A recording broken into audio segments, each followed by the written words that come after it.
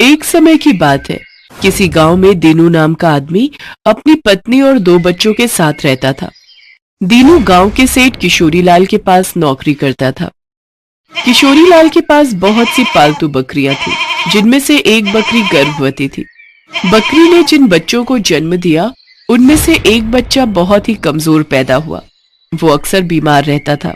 एक दिन सेठ गुस्से में बोला, अरे दीनू, एक काम कर, इस बकरी के बच्चे को तू कहीं दूर जंगल में छोड़ा। हर समय इसकी वजह से और भी बकरियां बीमार होने लगी हैं। हमें बीमार को नहीं रखना। ठीक है मालिक, मैं कल सुबह ही इसे जंगल छोड़ाऊंगा। अगले दिन दीनू बकरी के छोटे से बच्चे को जंगल में छोड़ने के लिए चला जाता है।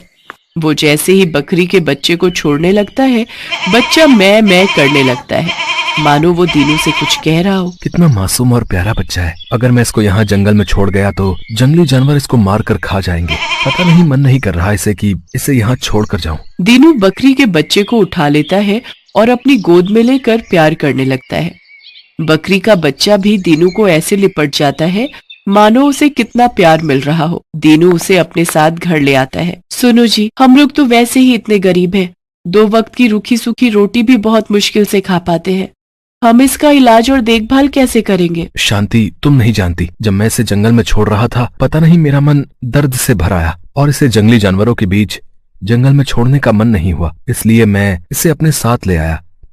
अब जब ले ही आया हूँ तो इसको पालने का इंतजाम भी हो जाएगा। तुम और मैं मिलकर इसकी पूरी देखभाल करेंगे और मुझे यकीन है कि ये कुछ ही दिनों में बिल्कुल ठीक हो जाएगी। सच में ऐसा ही हुआ। दीनू और उसकी पत्नी शांति मिलकर बकरी के उस बच्चे की खूब देखभाल करते थे। धीरे धीरे उनके देखभाल की वजह से कुछ ही महीनों में वो बकरी बिल्कुल ठीक हो गई और बड़ी हो गई। बकरी ने अब दूध देना भी शुरू कर दिया था। सुनो, देखो हमारी बकरी कितना दूध देने लगी है। क्यों ना हम बकरी का दूध बेचना शुरू करें? इससे हमारी अच्छी कमाई हो जाएगी और तुम्हें सेठ की नौकरी भी नहीं करनी पड़ेगी।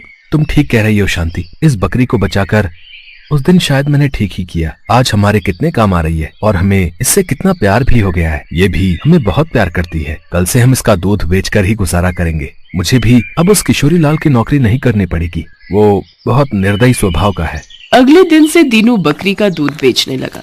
दीनू की बकरी बहुत ही अच्छा दूध देती थी, जो कि गांव वालों को बहुत पसंद आता था। धीरे धीरे दीनू का दूध बेचने का काम अच्छा चलने लगा। जब ये बात किशोरी लाल को पता चली तो वो दीनू के पास अपनी बकरी वापस लेने के लिए चला गया। क्यों बे दीनू, मेरी बकरी का दूध बेचकर तू बहुत पैसे वाला बन गया है। तूने मेरे घर नौकरी भी करनी छोड़ दी है। चुपचाप मेरी बकरी वापस कर, वो बकरी मेरी है। किशोरी लाल जी, आपने तो इसे जंगल में छोड़कर आने के लिए दिया था ना। आप तो कब का इसे भुला चुके थे। वो तो मैं था जो मैं इस बेचारी को अपने घर ले आया। आज ये मेरे कारण जिंदा है। मैंने इसकी देखभाल की है। तू ऐसे नहीं मानेगा। मैं पंचायत में ये बात रखूंगा। किशोरी लाल पंचायत में अपनी बकरी वापस लेने की बात कहता है, पर पंचायत का मुखिया दीनू की तरफ था। देख किशोरी लाल, दीनू ठीक कह रहा है। तूने तो इसे बीमार और मरियल समझकर दीनू को इसे जंगल में छुड़ाने के लिए बोला था ना। मैं ठीक कह रहा हूँ ना? है भाई, वो तो दीनू ने ही इसकी देखभाल करके इसे पाल पोस कर बड़ा किया है। अब इस बकरी पर दीनू का हक है। मुझे कोई और रास्ता ढूंढना पड़ेगा। इस बकरी को तो मैं हथिया कर ही रहूंगा।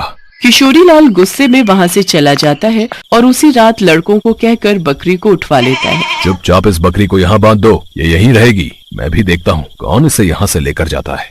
किशोरी लाल बकरी को अपने पास ही रख लेता है। सुनो जी, चलो हम सेठ के घर जाकर अपनी बकरी वापस ले आते हैं। वो कैसे हमारी बकरी को चुरा कर ले गया? उसकी इतनी हिम्मत? शांति, मुझे भगवान पर पूरा भरोसा है।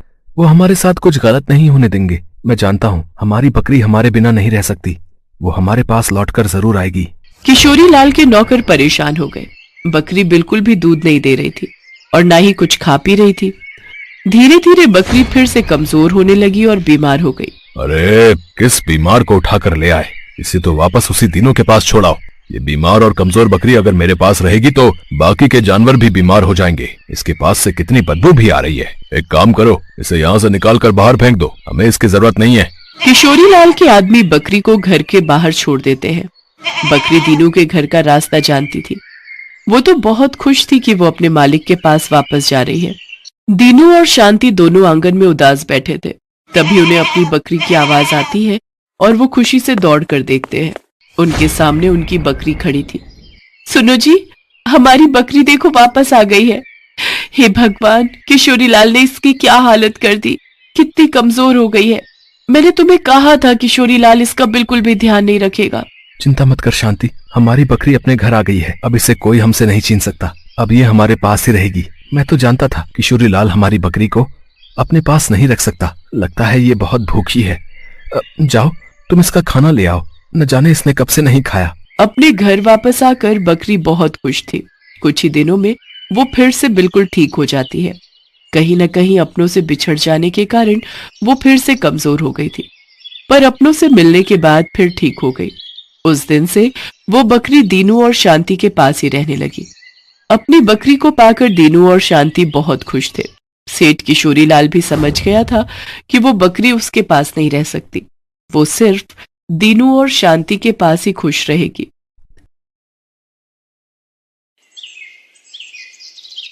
उर्मिला माधोपुर गांव में रहती थी। उसके पास पारो नाम की एक पालतू गाय थी। पारो उर्मिला के साथ पिछले कई सालों से है। पति के देहांत के बाद इसी गाय के सहारे उर्मिला ने अपने परिवार को चलाया। उसकी गाय का दूध पूरे गांव में मशहूर था। गांव के सभी लोग उर्मिला से ही दूध लेते थे। उर्मिला का बेटा शहर में पढ़ता था। वहीं उसे पूनम नाम की एक लड़की से प्यार हो गया और उसने अपनी माँ को बिना बताए पूनम से मंदिर में शादी कर ली। आज वो गांव वापस आने वाला था। उर्मिला बहन, 2 किलो कर देना दूध। 1.5 किलो मुझे भी देना। क्या बात है उर्मिला बहन, आज तो तुम बड़ी खुश दिखाई दे रही हो। बात ही खुशी की है सरोज बहन, आज मेरा बेटा गांव वापस आ रहा है। बस जल्दी जल्दी काम निपटाकर उसी के लिए बढ़िया बढ़िया पकवान बनाऊंगी। पता नहीं शहर में उसे क्या खाने को मिलता होगा और क्या नहीं। अच्छा तो ये बात है, चलो बहुत बढ़िया हुआ। कब से बेटे के बिना अकेले रहते रहते तुम उदास हो गई हो। अब वो आ जाएगा तो तुम्हारे साथ काम में भी मदद कर देगा। हाँ वो तो है। अरे आ रही हूँ पारो, तू क्यों आवाज लगा रही है? मैं जानती हूँ तू भी सूरज का नाम सुनकर बहुत खुश हो रही है। रुक, मैं अभी तुझे चारा डालती हूँ, फिर तो सूरज ही तुझे खिलाएगा। उर्मिला की गाय पारो अपनी आवाज में उससे बातें कर रही थी, मानो वो भी सूरज के आने की खुशी मना रही हो। शाम के समय सूरज आ जाता है, पर अपने बेटे के साथ बहू को देखकर उर्मिला को बहुत बुरा लगता है। माँ तुम नाराज मत हो, सब कुछ बहुत जल्दबाजी में हुआ। पूनम के पिताजी की तबीयत ठीक नहीं थी और वो चाहते थे कि हम ये शादी जल्दी से जल्दी कर लें, इसलिए मैं आपको बता ही नहीं पाया। पर अब मैं आपके साथ ही रहूंगा, आप चिंता मत करो। और माँ पूनम बहुत अच्छे स्वभाव की पढ़ी लिखी लड़की है, आप एक दूसरे को आसानी से समझ जाओगे। ठीक है, देखती हूँ वो मुझे कितना समझती है। गांव के रहन सहन और शहर के रहन सहन में बहुत फर्क है बेटा। उर्मिला की तरह पूनम घर के कामकाज नहीं कर पाती थी। उसे तो घर का कोई भी काम करना नहीं आता था। सूरज, तुमने मुझे कहाँ लाकर पटक दिया है? मुझसे ये घर के काम नहीं होते। हमें शहर वापस चलना चाहिए। उस गाय का गोबर साफ करो, उसे चारा डालो, उसे नहलाओ, घर की लीपा पोती करो। ये सब करके तो बदबू के मारे मेरा बुरा हाल हो रहा है। ऊपर से तुम्हारी माँ को माँ जी का नाटक करते हुए लहसुन प्याज ही काटती रह जाऊंगी। कैसी बातें कर रही हो पूनम? यहाँ पर सारा कामकाज बना हुआ है। मैं तो यहाँ पर बढ़िया सी डेयरी खोलने की सोच रहा हूँ। दूध, घी, पनीर, दही और कुछ खास मिठाइयों की बहुत ही बढ़िया डेयरी खुल जाएगी। हमारी अच्छी खासी कमाई हो जाएगी। शहर में घर का किराया, खर्चा पानी कितना ज्यादा है। वहां पर मुझे काम सेट करने में ही सालों गुजर जाएंगे। और जहां पर मेरा अपना खुद का घर का काम है, हम शहर में क्या करेंगे? तुम्हें पता भी है हमारी गाय का दूध पूरे गांव में मशहूर है। सोचो हम कितना कमा लेंगे। और फिर हमारे यहाँ रहने से माँ को भी सहारा रहेगा। वो बेचारी अकेले काम नहीं संभाल पाती है। अच्छा तुम काम करो, मैं थोड़ी देर बाजार होकर आता हूँ। कह तो सूरज ठीक ही रहे हैं। शहर में काम करने के लिए पैसों की भी जरूरत होगी। यहाँ पर तो अपना मकान, अपना काम है और फिर हमें तो पैसे कमाने से मतलब है। कुछ सालों में अच्छे पैसे कमा लिए तो बाद में शहर जाकर बस जाएंगे। पर मुझे किसी भी तरह से सासू माँ से अलग होना है ताकि उस गाय पर मेरा कब्जा हो जाए। पता नहीं, माँ जी तो बहुत चालाक है, कितने पैसे अपने अंदर करके बैठी होंगी। पूनम को पता था कि सूरज गांव में ही काम बढ़ाने वाला है, इसलिए वो अलग होने के रास्ते ढूंढने लगी। सूरज, सुबह से काम कर करके मैं थक गई हूँ। मेरे आने के बाद माँ जी ने घर के सारे काम मेरे ही जिम्मे डाल दिए हैं। गाय को नहलाना, धुलाना, गोबर साफ करना, चारा डालना, सारी देखभाल तो मैं करती हूँ और दूध बेचने के टाइम पर माँ जी गल्ला लेकर तखत पर खुद बैठ जाती हैं। ऐसे थोड़ी होता है। मैं अब और बर्दाश्त नहीं कर सकती। जब मैं इतना काम कर रही हूँ तो फिर मैं अलग ही रहूंगी। मुझे माँ जी के साथ नहीं रहना। और हाँ, उस गाय पर मेरा हक है। मुझे तो बस बंटवारा चाहिए, गाय का बंटवारा। पूनम इतनी जोर जोर से चिल्लाकर ये बात कह रही थी कि उसकी बात उर्मिला के साथ साथ पड़ोसियों ने भी सुन ली और सब वहाँ आ गए। बहू, बंटवारा, वो भी मेरी पारो का? मेरे जीते जी ऐसा कभी नहीं होगा। और तुम जानती ही क्या हो पारो के बारे में? उसे मैंने बहुत प्यार से पाला है, उसकी देखभाल की है। तुम मेरी पारो को एक दिन भी रख कर तो दिखाओ, वो तुम्हारे साथ एक दिन भी नहीं रहेगी। हाँ हाँ, इस गाय की देखभाल मैं कर लूंगी, आप उसकी चिंता मत करो। पर एक शर्त है, आप बीच में दखलंदाजी नहीं करोगी। मैं जैसी मर्जी गाय की देखभाल करूं, आप उससे दूर रहोगी। सूरज, अगर आज बंटवारा नहीं हुआ तो मैं तुम्हें छोड़कर शहर चली जाऊंगी। माँ, अगर पूनम चाहती है तो आप उसे गाय दे क्यों नहीं देती? उसे एक बार कोशिश करने तो दो। कहीं ऐसा ना हो आप दोनों के झगड़े में मेरी शादीशुदा जिंदगी खराब हो जाए। सूरज बेटा, एक माँ कभी नहीं चाहती कि उसके बच्चों का घर खराब हो। अगर बहू की यही इच्छा है तो आज से मैं अपनी पारो बहू के हवाले करती हूँ। उर्मिला बहन, इतने सालों से हम देख रहे हैं पारो को तुमने बहुत लाड प्यार से पाला है। कहीं ऐसा न हो बंटवारे के चक्कर में एक निर्दोष जानवर परेशान हो जाए। सब गांव वाले भी क्या समझाते। पूनम तो बंटवारे की जिद पर अड़ गई थी और ऐसा ही हुआ। गाय अब पूरी तरह से पूनम के हवाले थी। सूरज गांव में डेयरी खोलने की व्यवस्था के काम से शहर चला जाता है। पूनम तो आलसी थी, उसने गाय के प्रति लापरवाही दिखाना शुरू कर दिया। वो सुबह उठकर ना तो गाय का गोबर साफ करती थी, न उसे नहलाती धुलाती थी और न ही उसे समय पर चारा देती थी। इसी कारण गाय के आसपास बदबू फैलने लगी और मक्खियां, मच्छर, कीड़े मकोड़े आने लगे। गाय को समय पर चारा नहीं मिलता था, वो कमजोर हो गई। पूनम सारा दिन सोती रहती और खाती पीती रहती। गाय ने दूध देना भी बंद कर दिया। एक दिन गाय बेहोश होकर जमीन पर गिर गई। ये देखकर पूनम घबरा गई। सूरज उसी समय शहर से आया और वो भी घबरा गया। उसने उर्मिला को आवाज लगाई। उर्मिला दौड़ती हुई अपनी पारो के पास आई और बिलख बिलख कर रोने लगती है। पारो, पारो उठ, देख देख, मैं तुझे आवाज लगा रही हूँ। पूनम, पारो की देखभाल की जिम्मेदारी तुमने ली थी ना, फिर उसका ये हाल कैसे हो गया? मुझे माफ कर दो सूरज, गलती मेरी ही है। मेरे कारण पारो आज इस हालत में है। मैं सचमुच माँ जी की तरह पारो की देखभाल नहीं कर सकी। माँ जी, मुझे माफ कर दीजिए। उर्मिला दौड़कर चारे के पास जाती है और चारे को उठाकर पारो के आगे रखती है। पारो को उर्मिला के स्पर्श का एहसास होता है, वो थोड़ा सा हिलती है। ये देखकर सब खुश हो जाते हैं। उर्मिला अपने हाथों से पारो को चारा खिलाती है। पारो खुशी खुशी ढेर सारा चारा खा लेती है, मानो वो कब से उर्मिला के हाथों से ही चारा खाना चाह रही थी। पूनम को अपनी गलती का एहसास हो जाता है और वो उर्मिला से माफी मांगती है। कुछ दिनों में पारो फिर से ठीक हो जाती है। अब सूरज ने भी गांव में एक बड़ी डेयरी खोल ली थी। धीरे धीरे सब कुछ ठीक हो जाता है और दोनों सास बहू मिलकर पारो की देखभाल करने लगती है। पारो भी अब बहुत खुश थी। एकता टूटने पर। सुनहरा मुर्गा अपनी तरह का एक ही था, इसलिए बहुत से कसाईयों की नजर उस पर थी। काला बंदर भी अपनी तरह का एक ही था, इसलिए चिड़ियाघर के लोग उसे पकड़ने की कोशिश में थे। लाल अमरूद के पेड़ पर लाल लाल अमरूद लगते थे। उसके जैसा भी कोई दूसरा पेड़ वहां नहीं था, इसलिए फल वालों से लेकर स्कूल के बच्चों तक को उसके अमरूदों का लालच था। पर उन तीनों ने मिलकर ऐसी योजना बना रखी थी कि कोई उनका कुछ नहीं बिगाड़ पाता था।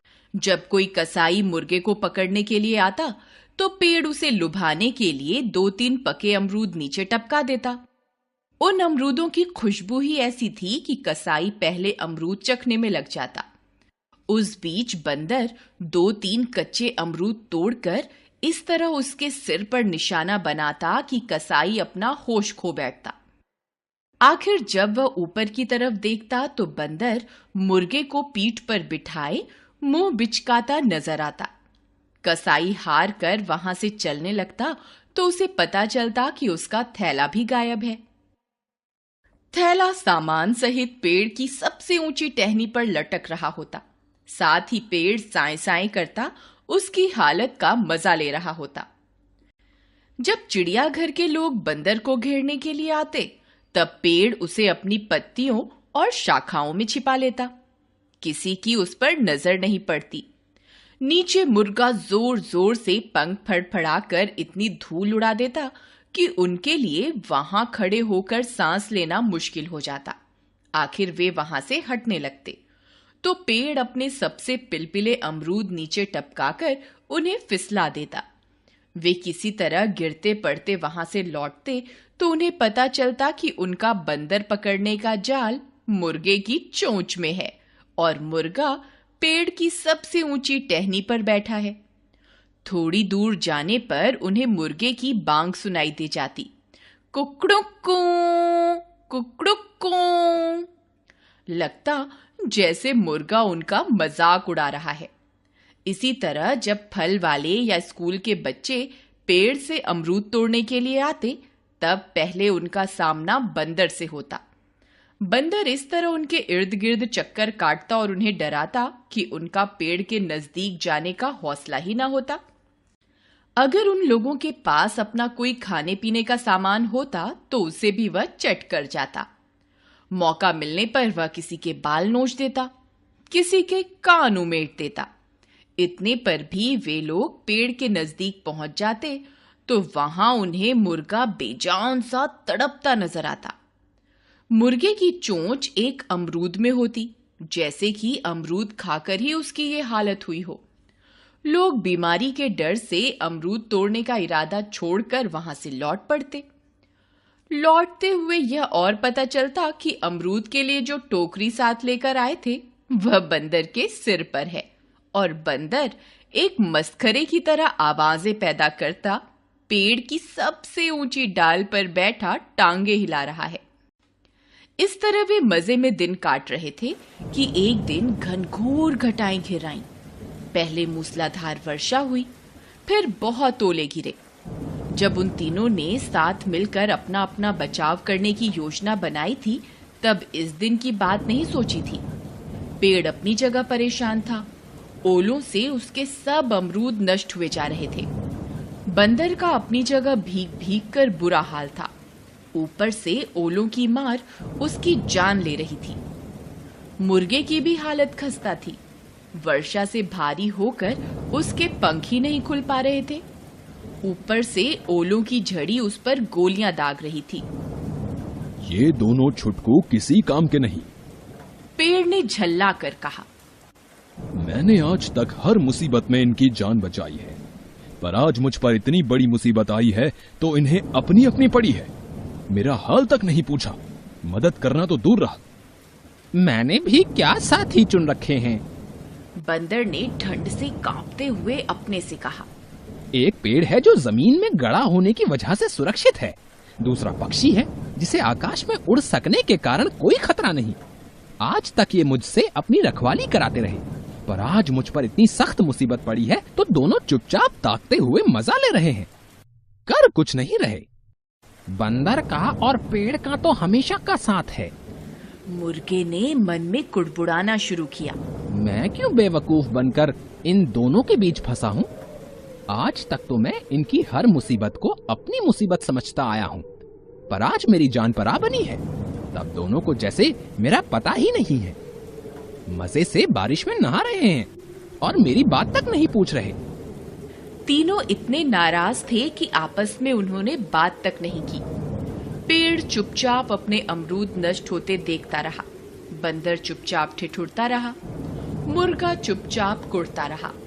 थोड़ी देर में ओले थम गए, बारिश भी रुक गई, पर तीनों में फिर भी कोई बात नहीं हुई। पेड़ को चिढ़ हो रही थी कि उसके इतनी बारिश झेलने के बाद भी बंदर उस पर बोझ बना बैठा है और मुर्गा उसकी डाल पर बैठा पंख फड़फड़ा रहा है। बंदर को गुस्सा आ रहा था कि उसे तो ठंड के मारे सन्नीपात हुआ जा रहा है और पेड़ है कि अब भी उस पर बूंदे टपका रहा है। मुर्गा है कि अब भी पंखों से छींटे ऊपर उड़ा रहा है। मुर्गे को कुड़न हो रही थी कि पानी की मार से उसका तो जिस्म जवाब दे रहा है और पेड़ ने जरा सी भी जमीन उसके लिए सूखी बचाकर नहीं रखी। बंदर से इतना तक नहीं हो रहा है कि उसे वहां से किसी और सुरक्षित जगह पर ही पहुंचाए। अगले रोज तक पेड़ की टहनियों पर पड़ा पानी सूख गया, बंदर का जिस्म सूख गया, मुर्गे के पंख सूख गए, पर तीनों ने आपस में कोई बात नहीं की। पेड़ सोचता रहा, अब आए इन दोनों पर कोई मुसीबत तो देखूंगा अपने को कैसे बचाते हैं। मैं अब इनकी कोई मदद नहीं करूंगा। बंदर भी इसी तरह सोचता रहा और मुर्गा भी। उसी रोज एक कसाई आया। वह मुर्गे की ओर बढ़ा तो पेड़ ने अमरूद नहीं टपकाए। न बंदर ने मुर्गे को अपनी पीठ पर बिठाया, न ही कसाई का थैला उड़ाया। मुर्गा कसाई के थैले में बंद हो गया तो बाकी दोनों ने सोचा, अब पता चलेगा बड़ा मुर्गा बना फिरता था। कसाई मुर्गे को लेकर चला गया। अगले रोज चिड़ियाघर के लोग आए। उन्होंने बंदर को पकड़ने के लिए जाल बिछाया तो पेड़ ने वह टहनी ही टूट जाने दी।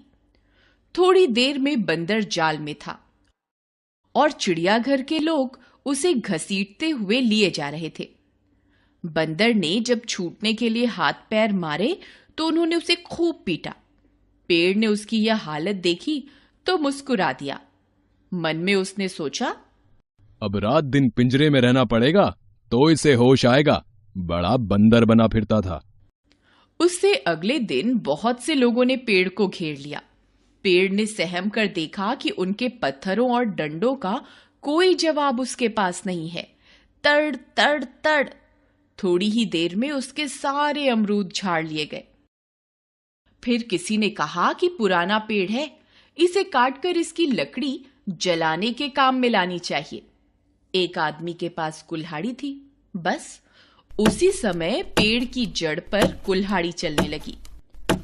थोड़ी देर में अमरूद टोकरियों में भरकर जा रहे थे और पेड़ की लकड़ियां लोगों के कंधे पर लदकर। एक गिलहरी वहीं रहती थी। मुर्गे, बंदर और पेड़ की आपसी योजना पर वह चकित हुआ करती थी। उसने मुर्गे और बंदर के बाद पेड़ को इस हालत में जाते देखा तो लंबी उसास के साथ मन में कहा, जा रहा है ये भी लोगों का चूल्हा जलाने। बड़े दोस्त बने फिरते थे।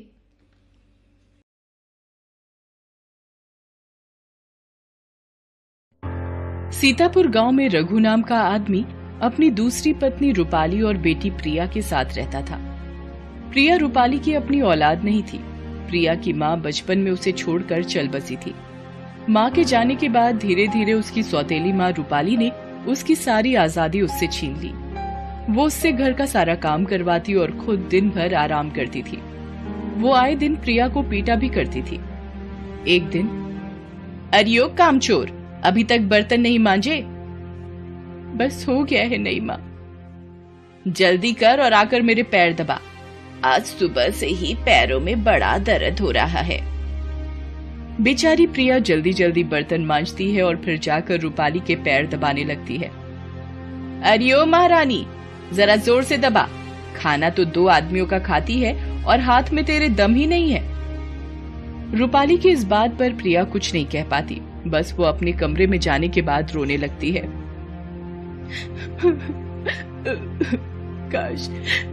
काश आज मेरी माँ जिंदा होती तो मेरे साथ ऐसा जानवरों जैसा व्यवहार नहीं होता। माँ, तुम मुझे छोड़कर कहाँ चली गई? मुझे तुम्हारी बहुत याद आती है माँ। पिताजी तो अधिकतर घर से बाहर रहते हैं। ऐसे में ये सब बताकर मैं उन्हें परेशान नहीं करना चाहती। आजकल इसकी कुछ ज्यादा ही जबान चलने लगी है। आज शिकायत करने की बात कह रही है, कल सच में शिकायत कर दी तो इसका जल्दी से जल्दी कुछ करना पड़ेगा। इसी तरह प्रिया के दिन कट रहे थे। एक बार प्रिया के पापा बाहर गए हुए थे। रूपाली की बहन गायत्री भी उसके साथ ही रहने आ गई थी। बेचारी प्रिया को अब रूपाली के साथ साथ अब गायत्री का सारा काम, जैसे उसके जूठे बर्तन मांजना और उसके गंदे कपड़े भी धोने पड़ते थे और मार पड़ती थी सो अलग। क्या बताऊं गायत्री, इस लड़की ने तो मेरे नाक में दम किया हुआ है। काम की न काज की, दुश्मन अनाज की। आजकल तो इसकी जबान भी चलने लगी। दीदी, इससे पहले कि ये सारे घर पर राज करे और तुम घर की नौकरानी बन जाओ, तुम्हें कुछ करना चाहिए। दीदी, तुमने कहा था कि इस प्रिया के नाना नानी इसके लिए काफी जमीन जायदाद छोड़कर गए हैं। हाँ, कहा तो था, मगर वो सब तो 16 साल का होने पर ही इस करमजली को मिलेगी। हमें तो एक फूटी कौड़ी भी नहीं मिलेगी। और अगर ये करमजली ही मर जाए तो? मतलब, अरे दीदी, अगर इसकी मौत हो जाए तो वो जायदाद तो तुम्हारे पति और तुम्हें ही मिलेगी ना, और तो इसका कोई है ही नहीं। अब रूपाली क्रूर तो पहले से ही थी, लेकिन अब उसके मन में लालच भी जाग जाता है। मगर वो मरेगी कैसे? फिर गायत्री रूपाली को अपनी योजना बताती है और योजना के अनुसार अगले दिन शाम को, देख, ये कपड़े हैं, इन्हें अभी धोकर ला। ये ले साबुन और जल्दी जा। प्रिया कुएं पर बैठकर कपड़े धो रही थी। कपड़े धोकर वो कुएं से पानी निकालने के लिए उठती है, तभी वहाँ गायत्री और रूपाली आ जाती हैं और उसे कुएं में धक्का दे देती हैं। प्रिया गिरते गिरते कुएं की रस्सी पकड़ लेती है। माँ, ये तुमने क्या किया? मैं तो तुम्हें अपनी माँ मानती हूँ। माँ, मैं यहाँ मर जाऊंगी, प्लीज मुझे कुएं से बाहर निकाल लो। अब जैसा कहोगी मैं वैसा ही करूंगी, घर का सारा काम करूंगी। माँ, मेरे हाथ छूट रहे हैं। माँ, मजा आ गया गायत्री, चलो, कांटा दूर हुआ। अब ये कुछ ही देर में मर जाएगी। अब तो दीदी तुम लाखों की जायदाद की मालकिन बन गई। इस खुशी में आज दावत हो जाए। इतना कहकर दोनों बहनें ठहाका लगाती हैं और वहाँ से चली जाती हैं। इधर कुएं में प्रिया की हिम्मत जवाब देने लगती है। उसे लगता है कि अब उसके प्राण नहीं बचेंगे, तभी उसे कोई थाम लेता है। जब वो अपनी आंखें खोलती है तो उसे वहाँ अपनी माँ दिखाई देती है। माँ, ये तुम हो? तुम मुझे छोड़कर कहाँ चली गई थी माँ? देखो, तुम्हारे बाद उस औरत ने मेरा क्या हाल किया है। माँ, जिसे पापा मेरी नई माँ बनाकर लाए हैं। रो मत मेरी बच्ची, अब मैं आ गई हूँ। तेरे एक एक आंसुओं की कीमत इन दोनों बहनों को चुकानी पड़ेगी। आधी रात का समय था। दोनों बहनें खा पी कर सो रही थी। तभी जैसे किसी अदृश्य शक्ति ने उनकी चादर खींच ली। दोनों बहनें चौंक कर उठ जाती हैं। कौन है? तभी वहाँ मेज पर रखा लोटा उड़ता है और जोर से रूपाली के सिर से आ टकराता है। रूपाली का सर फट जाता है। ओए माँ, मार डाला रे। कौन है? सामने क्यों नहीं आता? तभी कमरे का दरवाजा खुलता है और वहाँ उन्हें प्रिया खड़ी दिखाई देती है। दीदी, चुड़ैल, बचाओ, बचाओ दीदी। अरे ध्यान से देख, ये कोई चुड़ैल नहीं है, जीती जागती इंसान है। कम बखत ये मरी नहीं है। इतना सुनकर गायत्री का डर गुस्से में बदल जाता है और वो तेजी से प्रिया पर झपटते हुए कहती है, तो ये तेरा काम था कल मुही? कहर, अभी तुझे बताती हूँ। ये कहकर जैसे ही वो उसे मारने के लिए जाती है, लेकिन तभी चुड़ैल की अडंगी से गायत्री गिर जाती है। मर गई रे, मार डाला रे इसने तो मुझे। हाय रे मेरी कमर, आई। ये सब तेरा ही किया धरा है ना लड़की? रुक, तुझे अभी सबक सिखाती हूँ। तभी प्रिया के पीछे उसकी माँ प्रकट होती है। उसे देखकर दोनों बहनों की घिघी बन गई। वो चुड़ैल गायत्री की गर्दन दबोच लेती है और उसे कई बार बुरी तरह उठा उठा कर पटकती है। गायत्री का सारा शरीर लहूलुहान हो जाता है और उसकी कमर की हड्डी टूट जाती है। वो फर्श पर पड़ी बुरी तरह तड़पने लगती है। मेरी बच्ची को मारा था ना तूने, अब सारी जिंदगी अपाहिज बनकर जी। इसके बाद रूपाली की बारी आती है। प्रिया की माँ उसे बिछावन से नीचे पटक देती है और उसकी दोनों टांगे पकड़कर तोड़ देती है। रूपाली दर्द से चीख पड़ती है।